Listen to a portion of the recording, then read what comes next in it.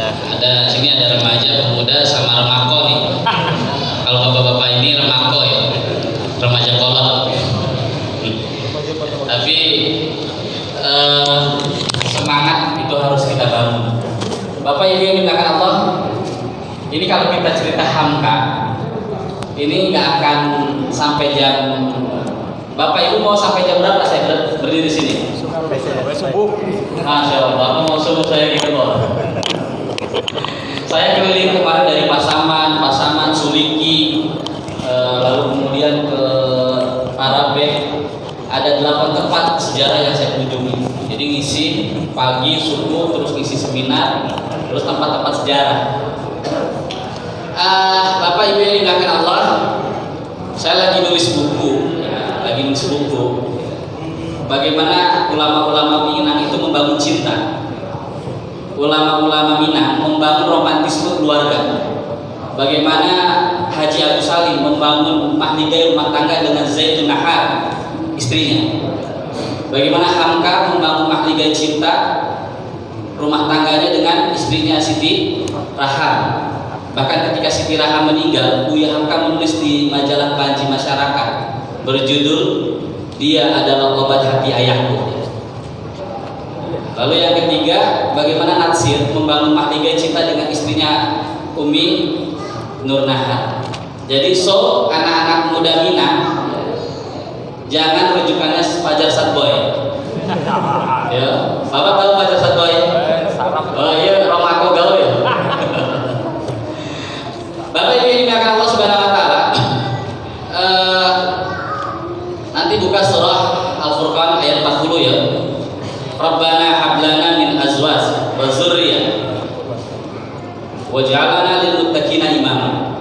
Kalau kita buka di dalam tafsir Al-Azhar, Hamka mengatakan kenikmatan yang harus kita punya di dunia dan kenikmatan itu yang akan mengantarkan kita di akhirat. 3. Yang pertama, kita harus punya azwaj, zauzah, pasangan. Bapak Ibu yang dimuliakan Allah, nanti ada pasangan yang ketemu di dunia tapi dia nggak ketemu di akhirat. Disebut di dalam Al-Quran, kalau Bapak Ibu buka Al-Quran disebutnya mar'ah. Sebagaimana Allah firmankan, imra'atun Nuh wa imra'atun Lut.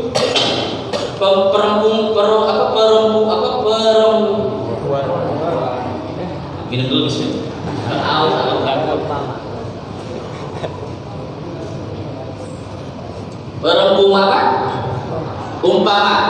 Perumpamaan. Alhamdulillah. Istri-istri yang nusyud, istri-istri yang durhaka kepada Allah dan kepada suaminya, imra'atun Nuh wa imra'atun Lut, istri Nabi Nuh dan istri Nabi Lut. Mereka pasangan suami istri ketemu di dunia tapi nggak ketemu di akhirat. Bahkan istri-istri yang durhaka, rahim yang durhaka, istri wanita yang punya rahim tapi rahim yang durhaka akan melahirkan anak yang durhaka, seperti Kan'an, anaknya Nabi Nuh alaihissalam. Ada suaminya jahat, maksiat, ya, main gaple terus, ya. Bahkan maksiat ini lebih maksiat lagi, mengaku dirinya sebagai Tuhan, Firaun. Tapi istrinya solehah banget. Siapa? Asiyah binti Muzahim, ya. Asiyah binti Muzahim yang kata Nabi Muhammad SAW, 4 wanita yang terbaik di dunia dan menjadi 4 wanita yang terbaik di akhirat. Siapa? Asiyah binti Muzahim, ya. Yang kedua Maryam binti Imran. Yang ketiga Fatimah Az-Zahra. Dan yang pertama Khadijah binti Khuwailid, istrinya Rasulullah SAW. Jadi suaminya maksiat. Ustaz, awak sedang menikah lama yo, awak rajin ngaji tapi suami awak tak ngaji-ngaji, berarti suami awak Firaun ya Ustaz? Enggak begitu Bu, jangan ditafsir. Bahkan kata Rasulullah SAW, barang siapa seorang istri yang diberikan ujian oleh suaminya melakukan maksiat, ya, suaminya melakukan kezaliman, tapi istrinya terus bersabar kepada Allah. Dia yakin, ya saya kalau Allah ba'da usri yusra. Allah jadikan pertemuan saya dengan suami itu adalah untuk meningkatkan keimanan saya sebagai seorang istri. Makanya istrinya pantang untuk melakukan apa? Gugat cerai. Maka kata Rasulullah, maka akan diberikan pahala sebagaimana yang Allah pernah berikan pahala kepada Asiyah binti Muzahim. Ustaz, berarti suami awal Fir'aun? Enggak kan? Jangan bilang Fir'aun. Terus berdoa. Karena gini Pak, kalau suaminya maksiat, istrinya lebih dulu hijrah, insya Allah suaminya akan ikut Pak. Itu kata Bu Hamka. Nah, oleh karena itu kita berdoa kepada Allah setiap hari. Rabbana hablana min azwajina wa dzurriyyah. Dan itulah doa yang dipanjatkan oleh orang-orang saleh terdahulu yang kemudian dilanjutkan orang-orang Minang. Saya Yusuf Amrullah berdoa, Rabbana hablana min azwaj wa dzurriyyah. Ya Allah, berikanlah aku bibit yang baik. Maka lahirlah siapa? Haji Rasul. Haji Rasul berdoa kepada Allah, ya Allah, berikanlah aku zuriyah, bibit yang baik. Lahirlah Buya Hamka. Buya Hamka berdoa, ya Allah, berikanlah aku zuriyah. Lahirlah Rusdi Hamka dan anak-anaknya. Syekh Daud Rasidi, ulama dari Balingka, berdoa kepada Allah, ya Allah, berikanlah aku zuriyah, generasi yang baik. Lahirlah Buya dan Tupalimo Kayu. Buya dan Tupalimo Kayu berdoa, ya Allah, berikanlah aku keturunan yang baik. Lahirlah Akabah, Akademi Dakwah dan Bahasa Arab tahun 1973. Kiai Haji Isa Ansori berdoa, ya Allah, berikanlah keturunan yang baik. Lahirlah Endang Saifuddin Al Ansori. Ya. Terus makanya Bapak Ibu yang dimuliakan Allah, wala ulida, ya, tidak akan terputus Bani Adam kecuali 3 hal. Salah satunya adalah waladul saleh, anak yang saleh. Ternyata anak yang soleh itu bukan hanya anak dari rahim kita. Antum udah nikah? Antum mau punya bapak angkat nggak? Harus punya. Antum punya bapak asli kayaknya. Nah, ini bapak jadi bapak angkat antum ya. Ini anak ideologis. Kalau ketemu, yuk, ngaji sini bareng, sapa semuanya. Itu anak ideologis. Ustaz, bagaimana? Ya, saya belum menikah, saya belum punya anak. Berarti saya mandul nggak? Maka Nabi pernah bilang, tahukah engkau orang tua yang mandul?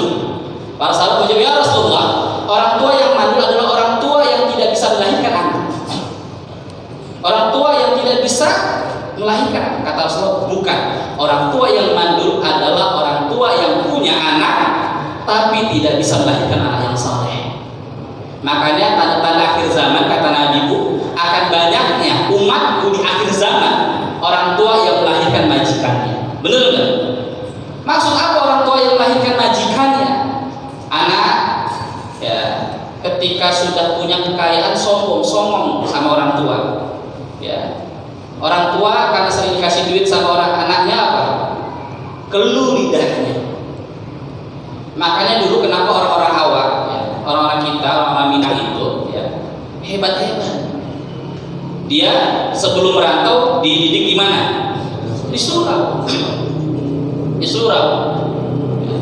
Di surau dia ngapain aja? Diajarkan 3 hal. Yang pertama, ya diajarkan adab. Bahkan kalau kita buka manuskrip Pak Bu, ya, guru-guru yang tinggal di surau, angku-angku atau angku-angku modok, ya, yang tinggal di surau itu nggak sembarangan. Dia dapat ijazah, dapat syahadah. Di surau anak-anak itu diapain? Pertama diajarkan adab kepada Allah, adab kepada orang tua, adab kepada masyarakat, adab. Ya, karena dalam Al-Quran, ya ayyuhalladzina amanu qu anfusakum wa ahlikum, wahai orang-orang beriman, ya, peliharalah dirimu, istrimu, keluargamu dari siksa api neraka. Kata Abdullah bin Abbas dalam tafsirnya, apa? Tugas orang tua itu 2, adibuhu, mengajarkan adab, wa'alimuhu, dan mengajarkan ilmu. Jadi tugas suami itu bukan hanya berangkat pagi, pulang sore, banting tulangnya sampai dibanting-banting, cari duit, kagak. Tugas suami dalam Islam yang pertama adalah mengajarkan adab kepada istrinya, mengajarkan adab kepada anaknya. Ya. Makanya Bapak Ibu yang dikatakan Allah, kalau ada ibu bayi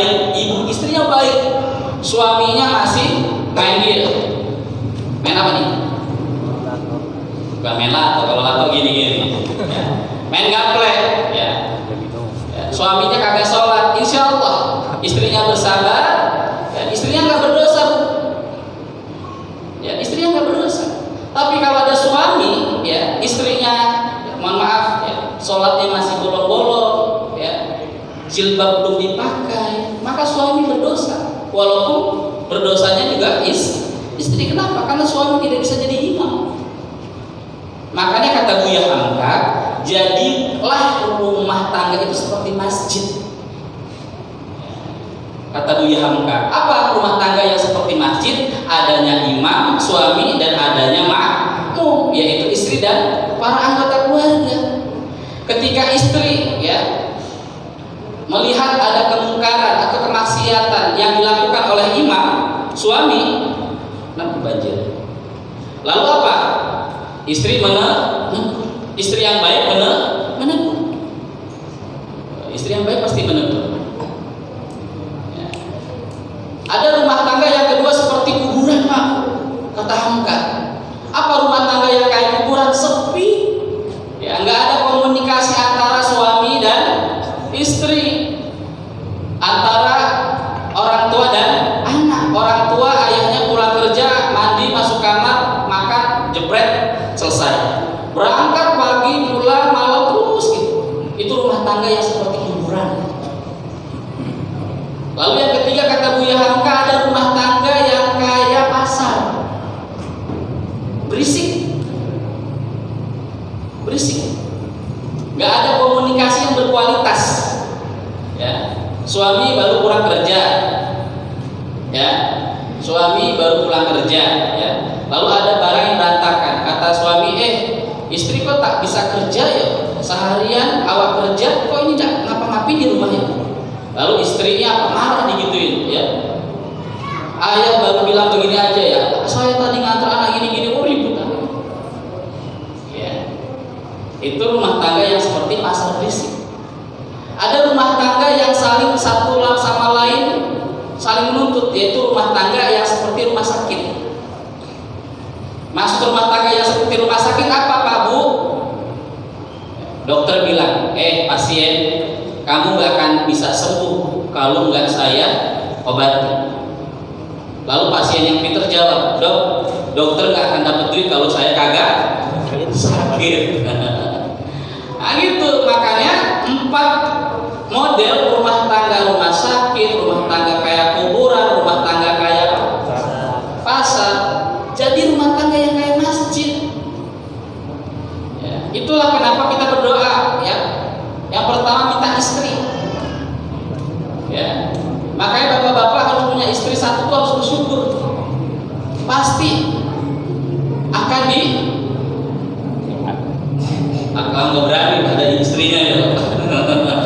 La syakaratum la yadnaku. Kalau kita bersyukur kepada Allah, maka Allah akan tambah. Makanya bapak-bapak yang hari ini punya istri bersyukur, insya Allah akan yang bujang yang berani, yang bapak-bapak tak berani, Bu. Soalnya ada istrinya di belakang. Awas ya, di rumah nanti perang gitu. Ya. Nah, malah oleh karena itu Pak, Bu, ya, jadilah kita pasangan yang berkah. Urusan makanan kita harus cari berkah. Ya. Kayak kemarin di tempat tinggal saya lagi rame minuman itu apa? Mixue. Di sini udah masuk loh. Baru masuk ya. Oh rame itu Mixue. Namanya Mixue ya? Oh Mixu. Maaf, awak tak bisa bahasa Korea soalnya. Ya, Mixu itu kemudian padahal sedang proses dari label halal harusnya kita punya sifat apa? Sifat iffah, ya, sifat terjaga dari segala kemaksiatan. Sebelum ada label halal yang jelas, tahan dulu. Karena urusan minum, urusan makan dalam Islam itu bukan hanya urusan nikmat, bukan hanya urusan lezat sehat, tapi urusan berkah. Makanya ada rumah makan, ya, sambal jahanam. Di sini ada masuk belum, Pak? Di Jakarta ada, ya. Makanannya halal, tapi nama jahanamnya dimasukin, makanannya rumah sambal jahanam ya. Terus rumah makan setan iblis. Dan itu anehnya orang tuh ada yang makanya urusan makan kita harus cari berkah, karena ini yang akan mengantarkan kebaikan istri kita, suami kita, dan anak kita. Allahumma barik lana fi ma razaqtana wa qina azabannar. Ya Allah, berikanlah aku keberkahan terhadap rezeki yang Engkau berikan. Fi ma razaqtana wa qina azabannar, dan jauhkanlah aku dari segala azab jahanam. Makanya Bapak Ibu ketika dulu nikah didoain apa sama yang nganter itu? Yang apa? Yang walimatul urs ya. Ketika kita tamu kondangan ya, yang datang doain kita apa? Semoga samara, semoga langgeng, semoga banyak anak. Selesai. Antum udah pernah datang ke acara nikah? Udah, walaupun antum belum nikah ya? Hah? Tunjuk tangan yang belum nikah. Tunjuk tangan. Bapak yang di sini jangan berani tunjuk tangan, awas. Ada ibu, ada intel di belakang. Anu udah nikah nih. Anu tunjuk tangan loh. Biar aku didoain. Anak musafir dari Padang ke Jakarta 2 jam, dari Jakarta ke rumah anak 2 jam, berarti totalnya 4 jam ya. Insyaallah doanya orang musafir diijabah. Anak doakan yang hari ini belum punya jodoh, semoga dimudahkan jodohnya. Amin. Bapak amin berarti dapat jodoh kan? Ini diam-diam ini bahaya ya. Ada istri apa? Ada di belakangnya. Ya. Apa doanya? Barakallahu laka wa baraka alaika wa jama'a bainakuma fil khair. Barakallahu laka. Semoga kalian diberikan kebaikan. Kebaikan siapa? Istrinya, suaminya, sampai kebaikan di dunia, sampai kebaikan di akhir. Ya. Wa baraka alaika, dan semoga kalian diberikan keberkahan. Ya, keberkahan itu adalah rezeki yang tak diduga-duga, begitu banyak. Buat siapa? Buat istrinya, suaminya, keluarganya di dunia dan juga di akhir. Wa jama'a bainakuma fil khair, dan semoga Allah melanggengkan. Kalau bahasa orang Jawa apa melanggengkan? Hah? Langgeng. Apa? Maka apa? Skete-skete lah bisa bahasa Jawa ya. Minang, maklum semandung. Melanggengkan, mengumpulkan, mengabadikan. Nah, mengabadikan pasangan di dunia dan juga mengabadikan pasangan di akhir. Pak, nanti mau ketemu istri lagi nggak di surga? Kayaknya berat tuh jawabnya nih. Masih kira ya, aduh, pikir dulu. Ini aja istri di dunia begini ya. Apalagi nanti di akhirat, apa mesti ya? Jangan mikirin yang ada di akhirat, Pak. Bu, nanti ya ibu ketika sudah di surga mau ketemu sama suami nggak, Bu? Ada. Awal mau ketemu bidadara aja. Yang lebih ganteng daripada suami awak. Nggak begitu juga pikiran. Makanya kita berdoa tuh barakallahu laka wa baraka alaika wa jama'a bainakuma fil khair. Kalau kita tekadkan, kita azamkan, kita resapi doa itu, insya Allah rumah tangga yang banyak masalahnya. Karena rumah tangga ini banyak masalah nggak? Banyak, pasti diuji. Maka kita akan terobati itu. Makanya ada 4 program iblis di muka bumi. Jadi iblis itu punya program kerja. Ya, jadi bukan kita aja komunitas dakwah yang punya program kerja. Iblis juga punya program kerja. Salah satu program iblis, salah satunya adalah dari 4 program kerja itu adalah menceraikan pasangan suami istri. Bahkan kata Rasulullah SAW, ketika seorang mengucapkan akad nikah dan dihadiri mengucapkan ijab kabul, maka seluruh makhluk yang di alam semesta, termasuk binatang, termasuk makhluk yang ada di langit, mendoakan, mentasbihkan kita dan istri kita. Tapi sebaliknya, ketika seorang pasangan terjadinya perceraian, bumi itu hampir pecah. Kalau kita merenung hari ini, muhasabah, kan kita orang beriman, jangan-jangan dengan banyaknya bencana di mana-mana hari ini, itu disebabkan hari ini karena banyaknya keruntuhan, keretakan rumah tangga. Subhanallah. Makanya kalau kita urusan dunia pasangan suami istri, kecilkan masalah. Ya, makanya kita perlu belajar kepada Hamka. Ya, kepada Hamka. Haji Abu Salim pernah menulis, ya, ini quote. Jadi quote ini kalau anak Minang tuh quote-nya Haji Abu Salim, Hamka, jangan Fajar Satboy. Galau gitu. Kata Haji Abu Salim, cinta sejati lahir datangnya setelah pernikahan. Cinta sejati lahir datangnya setelah pernikahan.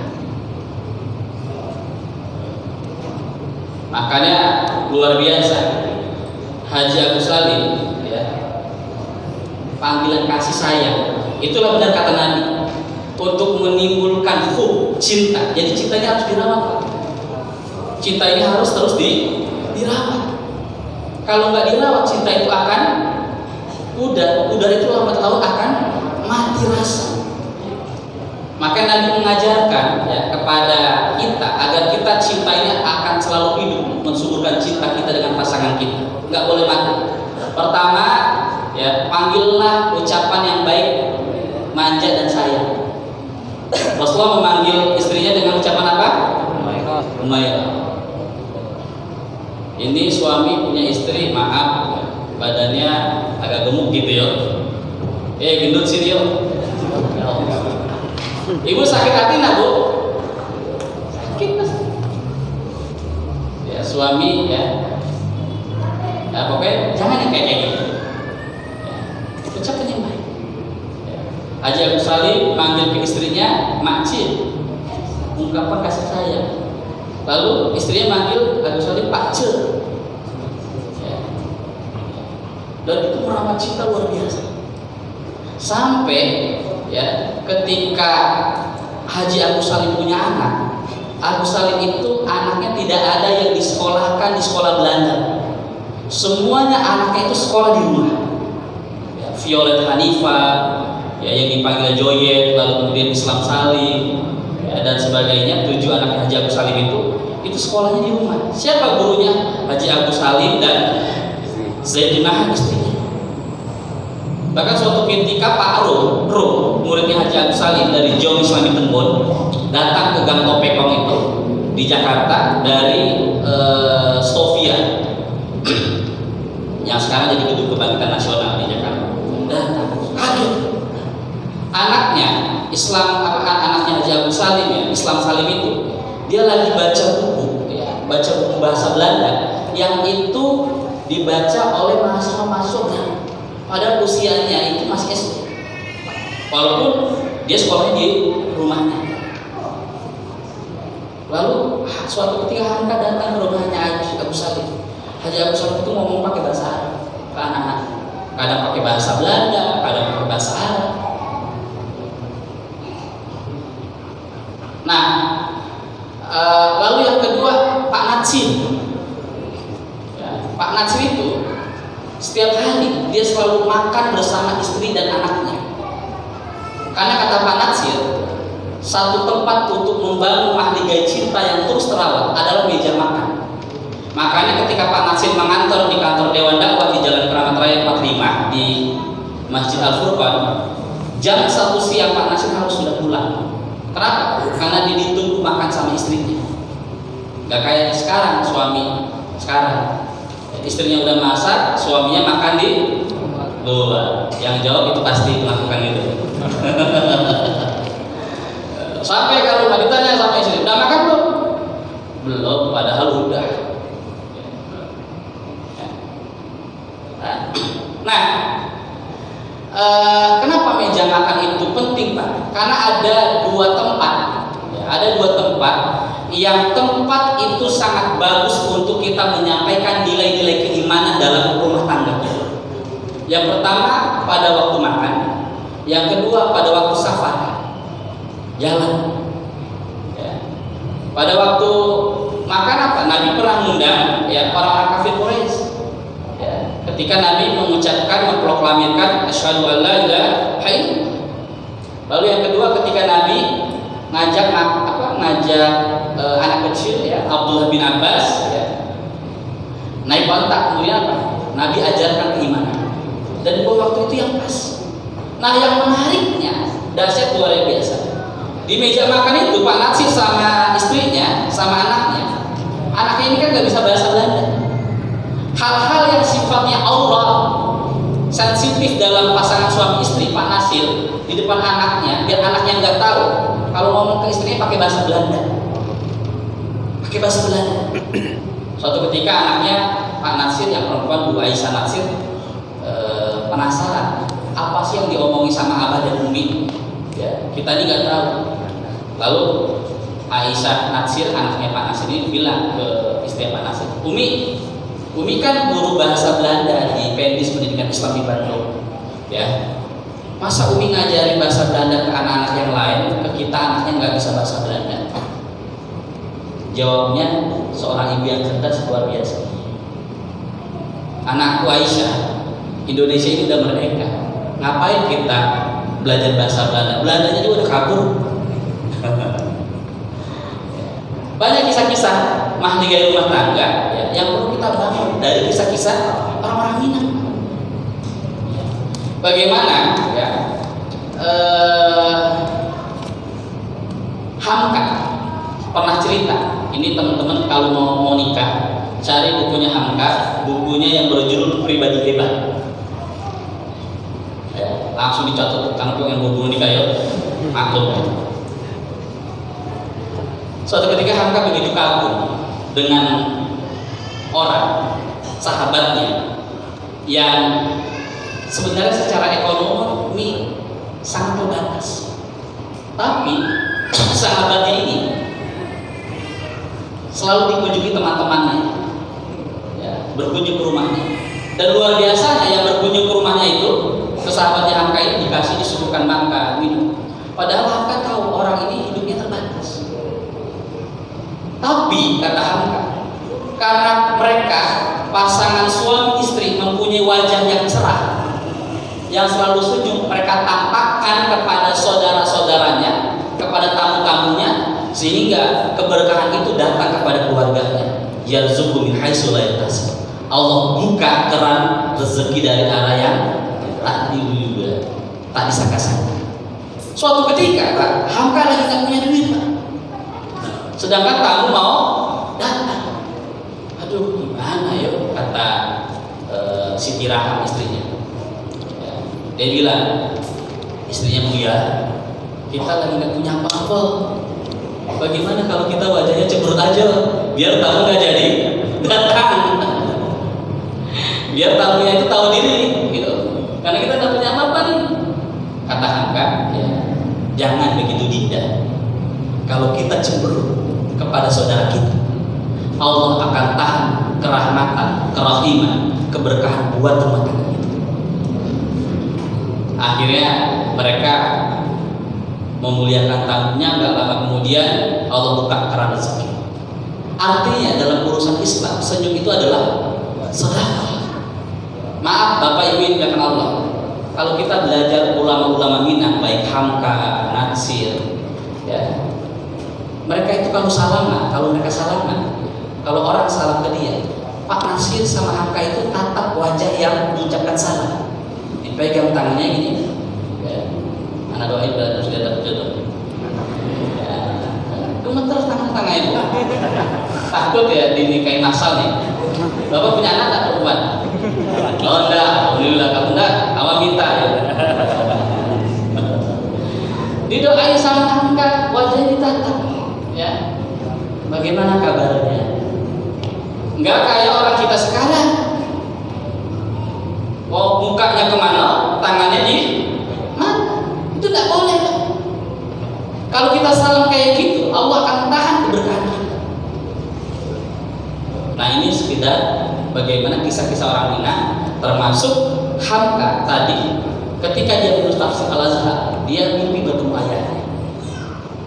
Saya kemudian membuka kisah Nabi Yusuf alaihissalam.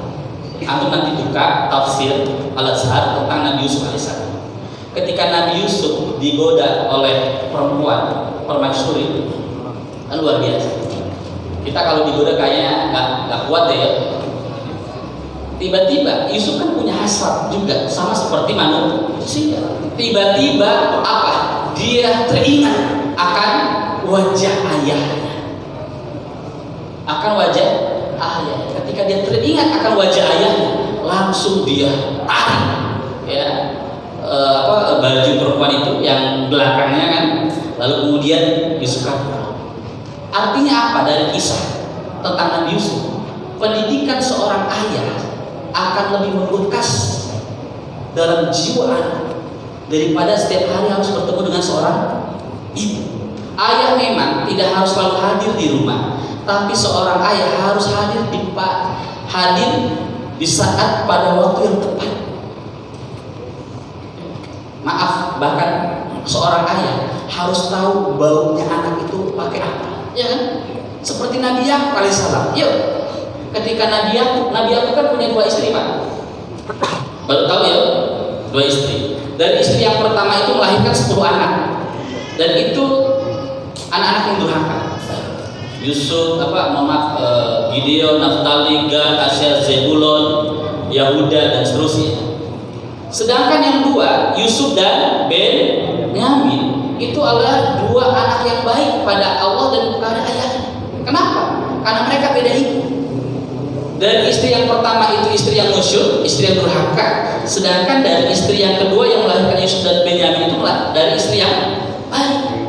Makanya seorang rahim perempuan itu sangat mempengaruhi kualitas keimanan seorang anak.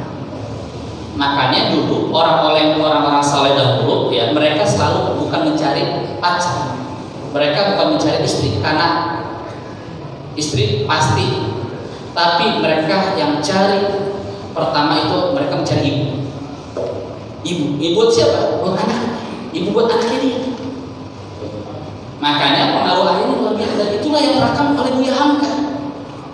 Walaupun ayahnya cukup keras mendidik Hamka, ya, sampai kemudian Hamka pergi ke Danau Maninjau kan, lalu dia bersyair dengan tukang syair yang biasa mancing di Maninjau ya.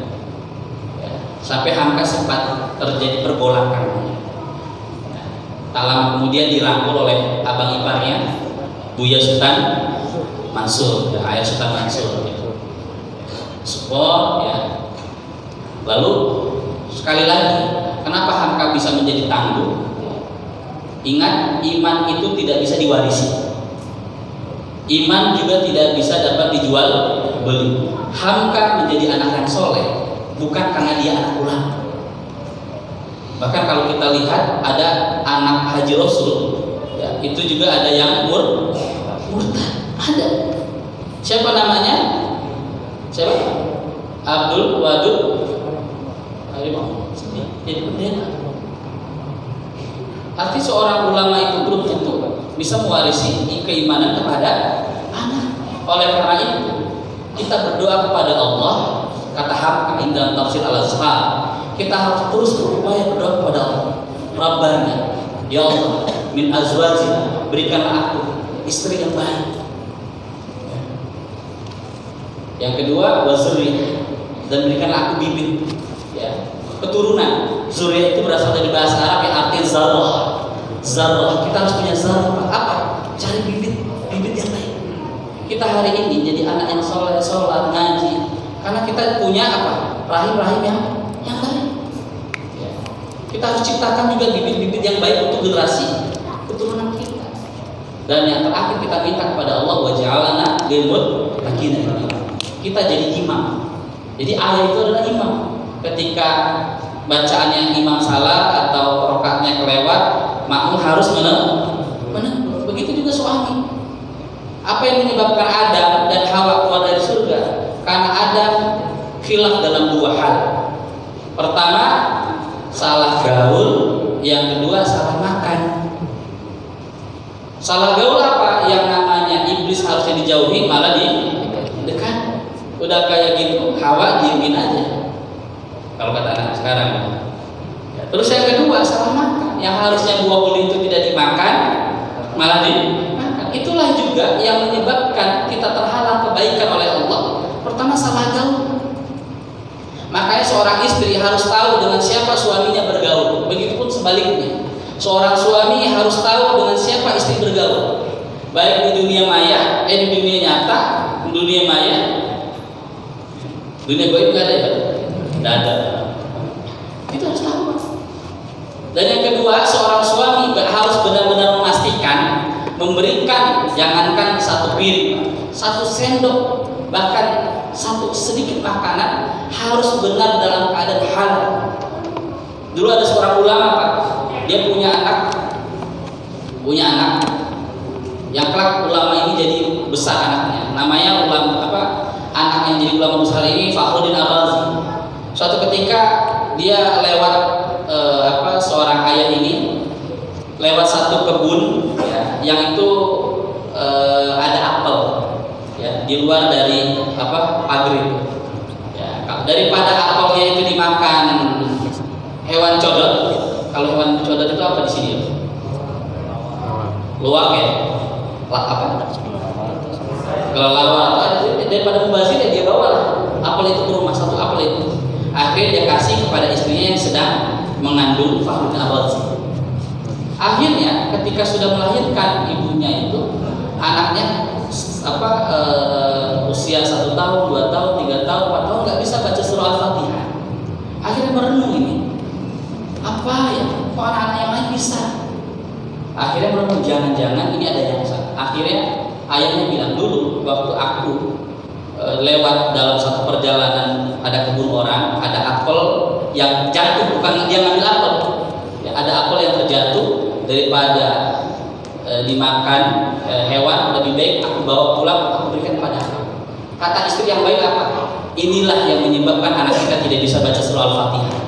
Akhirnya dia cari siapa pemilik kebun ini, akhirnya dia minta maaf dan bertobat kepada Allah.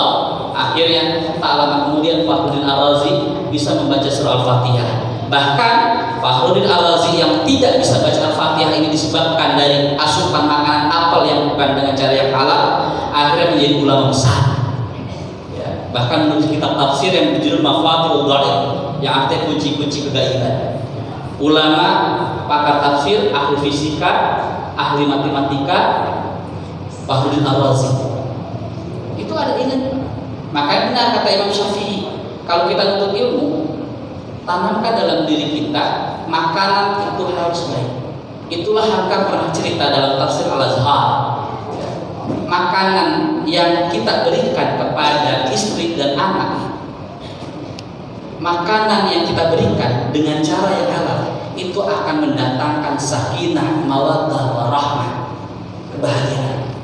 Maaf, ada seorang anak ya yang kemudian naik motor gede ya, menginjak orang ya, ayahnya seorang pejabat besar, jangan-jangan ada makanan yang tidak halal. Hari ini banyak anak-anak yang bandel, jangan-jangan ada asupan yang tidak diberikan dengan cara yang tidak halal. Makanya cari yang halal, halal itu Allah akan berikan berkah buat kita semua.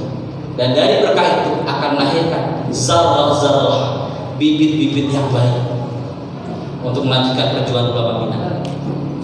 Baik, silakan pertanyaan dari ya ikhwan akhwat. 1, 2, 3 dari Ikhwan dulu ya. Akhwat silakan. Mas Wanu banyak ya. Ini wajah-wajah nikah semua yang nanya soalnya. Boleh. Nanti tektok aja nggak apa-apa.